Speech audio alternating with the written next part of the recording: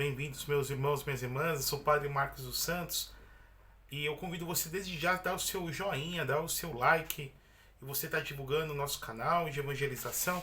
Eu gravei um vídeo, por exemplo, do Corpus Christi. E geralmente eu sempre mando para meus contatos do Zap e não mandei, que eu tive muita correria aqui, não tive tempo de mandar, de fazer. Então eu convido você que está me escutando também poder escutar e ver também a homilia do Corpus Christi, ok? Desde já também convido vocês a colocarem os seus comentários na descrição. Seria muito bom se entenderam, se vocês realmente compreenderam a palavra do Senhor, aquilo que nós realmente ajudamos a cada um de vocês a meditar.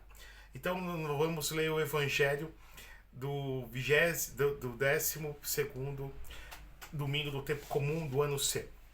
O Senhor esteja convosco, Ele está no meio de nós. Proclamação do Santo Evangelho de nosso Senhor Jesus Cristo, segundo São Lucas. Glória a vós, Senhor. Capítulo 9, versículo 18 a 24. Certo dia, Jesus estava rezando no lugar retirado, e os discípulos estavam com ele. Então Jesus perguntou-lhes: quem diz o povo que eu sou? Eles responderam: uns dizem que és João Batista, outros que és Elias, mas outros acham que és algum dos antigos profetas que ressuscitou. Mas Jesus perguntou: e vós quem dizeis que eu sou? Pedro respondeu: o Cristo de Deus.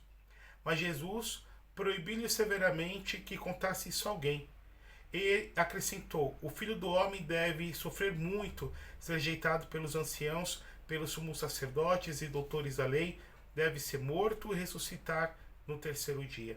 Depois Jesus disse a todos: se alguém quer me seguir, renuncie a si mesmo, tome a sua cruz de cada dia, siga-me, pois quem quiser salvar a sua vida vai perdê-la, e quem perder a sua vida por causa de mim, esse a salvará. Palavra da salvação, glória ao vosso Senhor. Ave Maria, cheia de graça, o Senhor é convosco, bendita sois vós entre as mulheres, bendito o fruto do vosso ventre, Jesus. Santa Maria, Mãe de Deus, rogai por nós, pecadores, agora e na hora de nossa morte. Amém. Que as palavras do Santo Evangelho perdoem os nossos pecados. Amém. Irmãos e irmãs, nós estamos neste tempo chamado tempo comum. Em outros países, como por exemplo na Espanha, é chamado de tempo ordinário. Ordinário comum, ou seja, aquilo que é o corriqueiro. E durante este tempo nós vamos meditando melhor. A igreja vai pondo os evangelhos do ministério público de Jesus. O padre havia falado em outros momentos que a vida de Jesus poderíamos dividir, em 3 grandes etapas. Podemos dizer a infância de Jesus, e aí nós podemos colocar também a chamada vida oculta de Jesus nesse primeiro bloco, ou seja, a infância de Jesus, depois a sua vida oculta, que seria o tempo que Jesus viveu em Nazaré, e que os evangelhos dão um salto, ou seja, apresenta o evangelho do encontro, da perda do encontro de Jesus com 12 anos, e depois nós temos justamente o batismo de Jesus e Jesus com 30 anos. Então esse lapso a igreja chama justamente de vida oculta. O ministério público, que é esse tempo de 3 anos e meio, que nós podemos contar principalmente a partir do Evangelho de João. O Evangelho de João, o 4º Evangelho, nos fala de 3 Páscoas. Então, nós podemos deduzir que o ministério público de Jesus durou 3 anos e meio, e depois, propriamente, a sua Páscoa, a sua paixão, sua morte e sua ressurreição dentre os mortos. Pois bem, durante este tempo, no chamado tempo comum, nós vamos meditando esses 3 anos. Esses 3 anos que Jesus ele vai vai chamar seus discípulos, vai escolher os seus apóstolos, vai formar a sua igreja. Jesus vai ensiná-los, principalmente através das parábolas, vai ter como centro da sua pregação, a mensagem do reino de Deus, ou seja, onde Deus reina e os novos valores, e Jesus vai falar dele mesmo. Aqui nós vamos ver o conteúdo de todo o Evangelho. Evangelium significa mensagem, a boa notícia, a boa nova, que justamente Jesus vem nos trazer.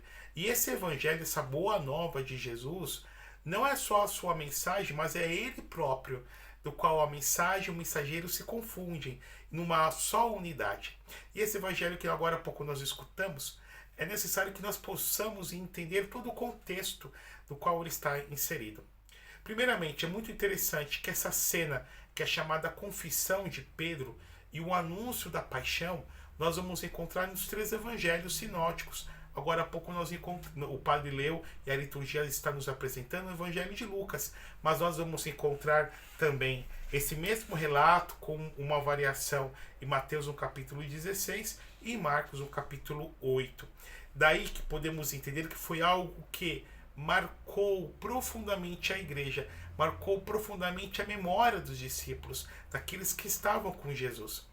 Então vamos entender o contexto dessa cena, olhando para trás, para os seus antecedentes e depois olhando a posteriori para frente, porque aquilo que aconteceu justamente atrás, aquilo que está para acontecer nos episódios subsequentes deste evangelho, vem iluminar o evangelho do qual a igreja nos coloca para que alimentar a nossa alma e para nós podermos meditarmos e trazermos para a nossa vida. Primeiramente, o contexto que acontece é essa cena. Um pouco antes, Jesus já havia escolhido os seus discípulos, havia escolhido os seus apóstolos e os havia mandado de 2 em 2 para evangelizar, para pregar o reino de Deus e também para fazer milagres. E podemos imaginar a experiência desses apóstolos, não só de pregar a mensagem de Jesus, mas também de escutar o que as pessoas achavam quem era Jesus.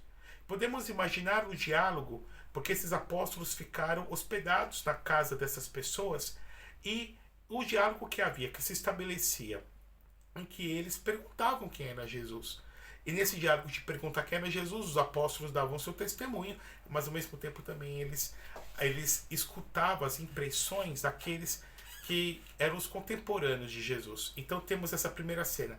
Eles foram de 2 em 2, evangelizaram, depois voltaram. E aí eles se encontram nesse território chamado Cesareia de Filipe. Cesareia de Filipe foi fundado, né, por Felipe, que era filho de Herodes Magno. Vamos voltar no tempo, o padre vai ensinar a história para vocês.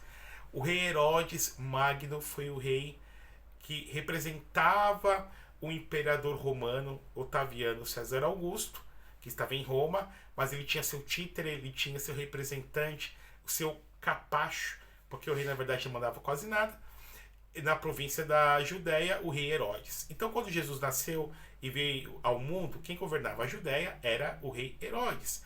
Esse rei Herodes que nós meditamos nos evangelhos, depois dos evangelhos do Natal, e que dia 28 de dezembro celebramos o dia dos Santos Inocentes, foi este rei que mandou matar todos os meninos de 2 anos para baixo, né? Quando os magos foram visitar Jesus, passaram por Jerusalém e perguntaram onde está o rei dos judeus. Então esse rei tinha 3 filhos. Ele tinha o Herodes Agripa, que governava a região da Judéia, tinha Felipe, que governava a Galileia, e ele tinha também, Felipe, a região da Samaria, e ele tinha também o Felipe, o Arquelau, que governava desculpa, o padre está com sono.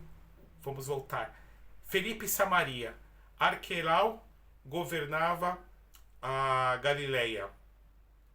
E Herodes Agripa governava a região da Judéia. Então, os 3 filhos dele, né? Então, a gente já fez a localização. Cesareia de Filipe ficava nessa região meio central. E quem criou essa capital, né, onde se instalava Felipe, era Felipe. Por isso que chamava Cesareia de Filipe, porque ele residia lá. Cesareia, ele acabou homenageando o César Augusto, então ficou Cesareia de Filipe. E nessa região também ficava um grande santuário do deus Pan. O deus Pan que o seu pai Herodes havia mandado construir. Quem é o deus Pan? O deus Pan a gente já viu várias vezes em filme ou em livros de mitologia grega, faz parte da mitologia grega. Aquele deus que era representado com uma flauta, pés, né, da cintura para baixo de cabra e 2 chifres. Ele era aquele deus, né, com D minúsculo, que governava, protegia as florestas e tocava a sua flauta. É muito interessante que a flauta, o padre abre um parênteses aqui, bem no comecinho da igreja, tanto a flauta quanto os instrumentos de percussão, que eram muito ligados ao deus Pan no mundo pagão, tanto quanto também ao deus Dionísio foi proibido nos começos da igreja, né? Porque eram instrumentos que justamente favoreciam muitas das vezes o culto pagão. Mas isso aqui é só título de curiosidade. Então foi nesse contexto. E aí Jesus acaba lançando a pergunta para eles. Depois que Jesus passou um período de oração. Então a chave para podermos entender quem é Jesus é a comunhão que Jesus tem com seu Pai. Depois desse período de oração, depois que os apóstolos contemplaram essa intimidade de Jesus com o Pai, perguntaram, ou melhor, o próprio Jesus perguntou para eles: quem dizem os homens? Que dizem os homens ser o Filho do Homem? O Filho do Homem, que na verdade é justamente um título que Jesus dá a si. Que diz os homens que eu sou? No Evangelho de Lucas, Jesus vem dizer quem eu sou. Em Mateus, Jesus vem dizer o Filho do Homem. Mas é a própria pessoa de Jesus. E aí começa a vir as opiniões. Até então, né, o que nós não temos alguma coisa clara sobre quem é Jesus. Eu estou dizendo por parte dos seus discípulos. Não formular alguma coisa clara. E aí eles começam a dizer, eles já tinham ficado hospedados na casa do povo, conversado com o povo. Senhor, uns dizem que é João Batista, que havia sido assassinado por Herodes. Outros dizem que é Jeremias, outros que dizem que é Elias, algum dos profetas. E aí depois que cada qual emitiu sua opinião, Jesus pergunta, e vocês, quem dizem que eu sou? Aqui está o centro de tudo, meu irmão, minha irmã. Nós temos opiniões sobre Jesus. Tem pessoas que não sabem quem é Jesus. Ela tem opinião. E é interessante que cada religião vem dar uma opinião sobre Jesus. Se você vai pegar uma nova era, se nós pegamos, por exemplo, religiões orientais, vem dizer que Jesus era um grande mestre espiritual, ou como se fosse um guru. Se nós vamos para a religião kardecista espírita, vem dizer que Jesus é o governador espiritual do planeta Terra. Se nós vamos, por exemplo, para os judeus, Jesus era um farsante. Se vamos perguntar para o Islã, para Maomé e para o Alcorão, Jesus era meramente um profeta dentre os vários profetas, o qual Jesus não era o maior. Mas quem é Jesus? E São Pedro vem dar a resposta, vem dizer, tu és o Cristo de Deus, ou seja, tu és o Messias. Lá em Mateus, nós vemos uma confissão, nós vemos uma declaração, uma profissão de fé muito mais elaborada. Primeiro Jesus vai falar para ele, né, quem dizem ser o Filho do Homem. E depois de emitidas várias opiniões, Pedro vai dizer, tu és o Cristo, Filho do Deus vivo. Tu és o Cristo, o Messias, o Machia, o ungido, o Filho do Deus vivo. E Jesus depois conclui, Simão, filho de Jonas, não foi nem a carne nem o sangue que te revelaram isso, mas meu Pai que está nos céus. Então, Pedro dizendo que tu és o Cristo, Filho de Deus, foi por uma iluminação do próprio Jesus. Jesus é o Filho de Deus. E é necessário, queridos irmãos e irmãs, nós temos bem claro quem é Jesus Cristo. Não a opinião das outras religiões, não opiniões aleatórias das pessoas, mas termos formulado a fé e crer na fé da própria igreja, que é a fé de Pedro. Jesus Cristo é segunda pessoa da Santíssima Trindade, Filho do Pai e eterno como Pai. Jesus Cristo que é tão Deus como o Pai e o Espírito Santo. Jesus que é verdadeiro Deus e verdadeiro homem. Nós devemos acreditar nisso. Jesus é 100% Deus, 100% homem. Acreditarmos na plenitude, na integralidade da humanidade de Jesus, mas também na plenitude, na integralidade da divindade de Jesus, que se uniram hipostaticamente, não se misturaram, não se justapuseram, mas estão unidos de uma forma misteriosa.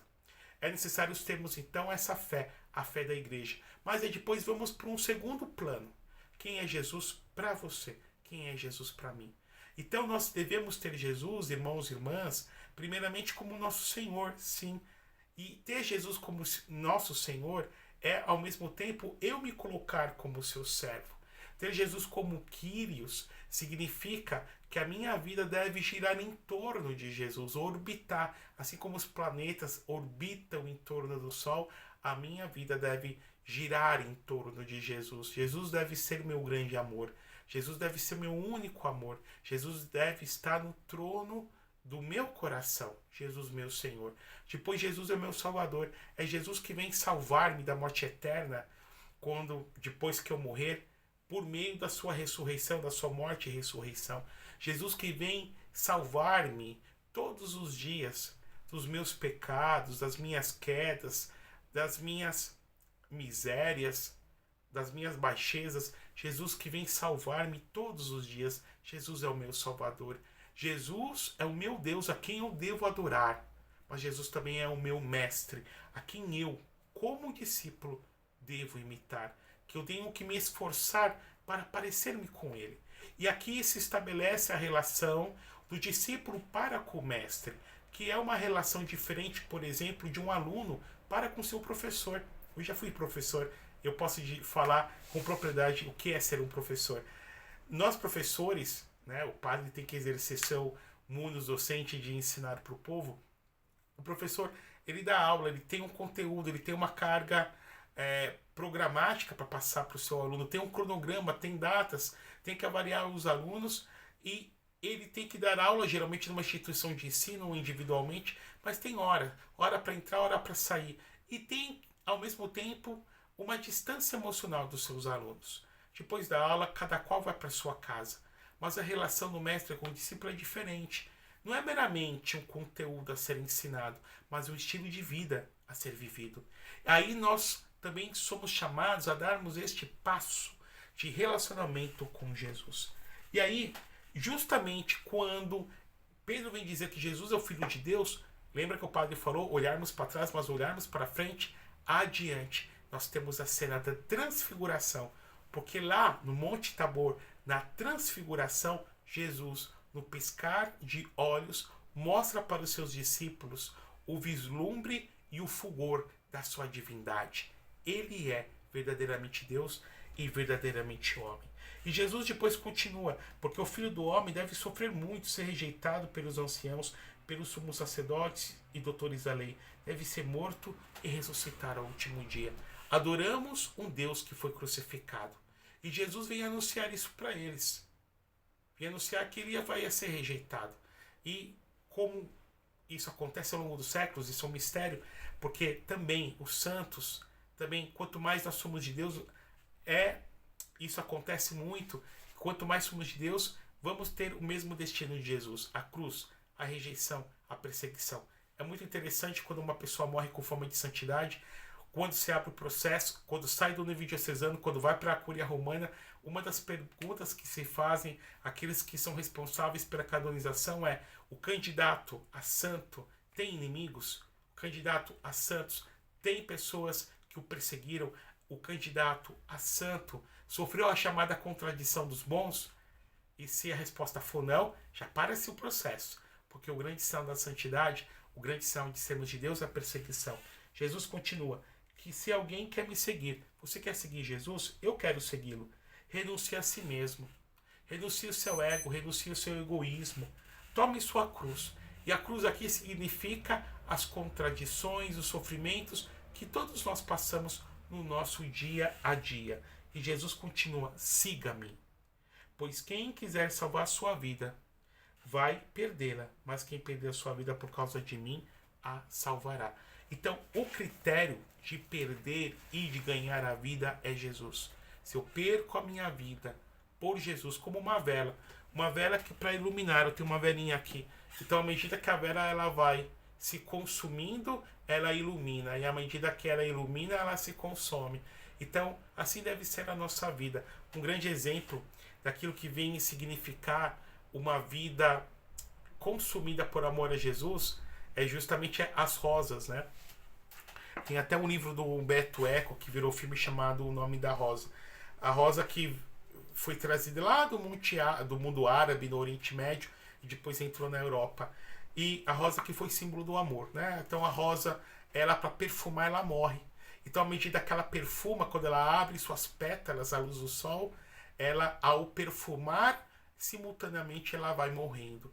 Então isso significa, queridos irmãos e irmãs, de nós justamente nos consumirmos por Jesus.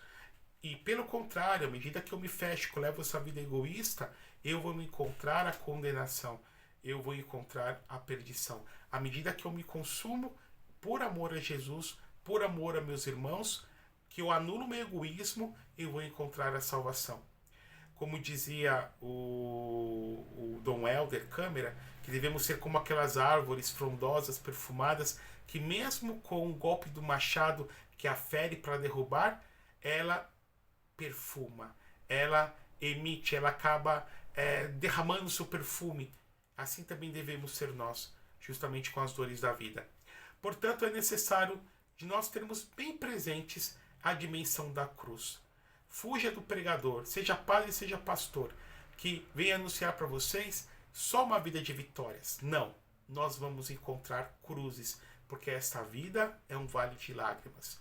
Mas mais importante do que eu tentar elucubrar o porquê eu estou sofrendo, é eu tentar redimensionar isso, o para que estou sofrendo. Porque o meu sofrimento pode ter valor de eternidade quando eu uno meu sofrimento ao sofrimento de Jesus. Como diz Paulo aos Colossenses, completo na minha carne o que falta a paixão de Cristo. Jesus levou na cruz os meus sofrimentos, mas eu, na pequenez, da minha existência humana, eu trago como que uma partícula infinitesimal do sofrimento de Jesus para a minha realidade. Jesus levou meus sofrimentos, mas eu de alguma forma posso trazer o sofrimento de Jesus também para mim e oferecer ao Pai Eterno pela salvação, por uma causa, por alguma intenção que eu trago no coração. Nós, diante do sofrimento, só temos dois caminhos. Ou sofremos com Jesus, ou sofremos sem Jesus. Eu prefiro, como a Virgem Maria e com os santos, sofrer com Jesus, por Jesus e em Jesus. Que o Deus Todo-Poderoso vos abençoe e vos guarde. Em nome do Pai, do Filho e do Espírito Santo. Amém.